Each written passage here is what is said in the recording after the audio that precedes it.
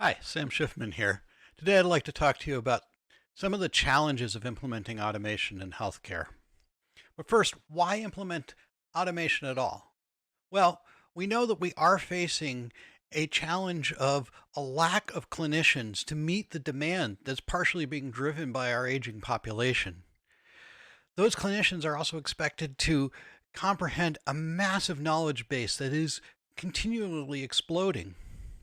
And at the same time, the sorts of problems that they're dealing with are evolving. You're far more likely today to die from a heart attack or complications from diabetes or Alzheimer's or cancer than you are from an acute problem like an infection or injury. And these problems combine together to cause a real crisis in healthcare today. Now, other industries have adjusted to these sorts of problems by introducing automation. But in healthcare, automation just keeps seeming to fumble. Before we can talk about why, let's talk a little bit about what is automation. Well, traditional automation, let's look at an example.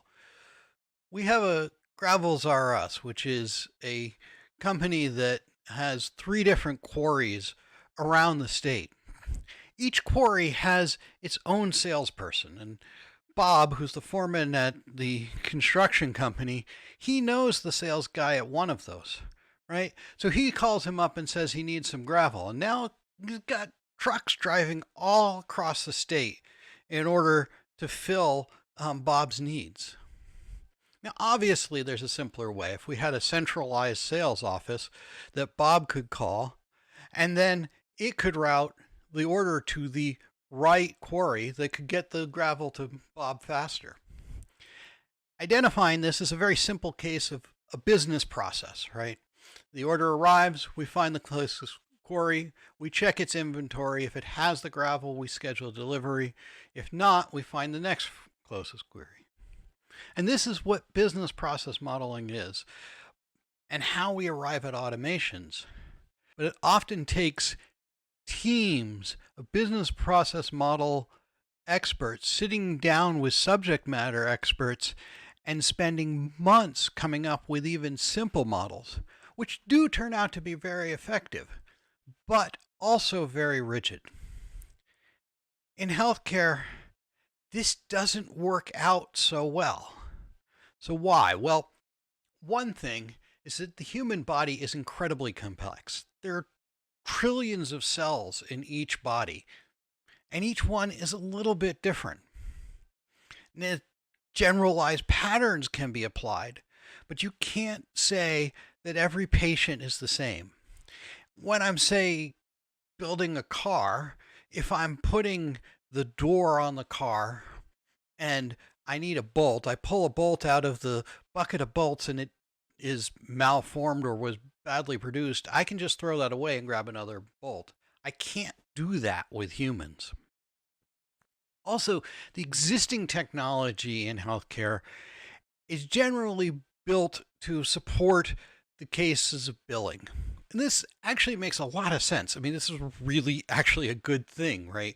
Paper billing is tremendously wasteful. And if we can have automated systems that help with the billing, that's great. But it doesn't lead to great automation for helping with care. And finally, things change over time in healthcare.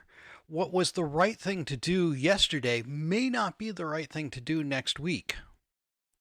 So, what do we do about this? We need a system that can personalize the automation to the particulars of the patient's situation. We also need to break down the barriers of the encounter, the meeting between the doctor and the patient, where most care happens today. We need to break that boundary and extend care and make the patient an active participant in that care.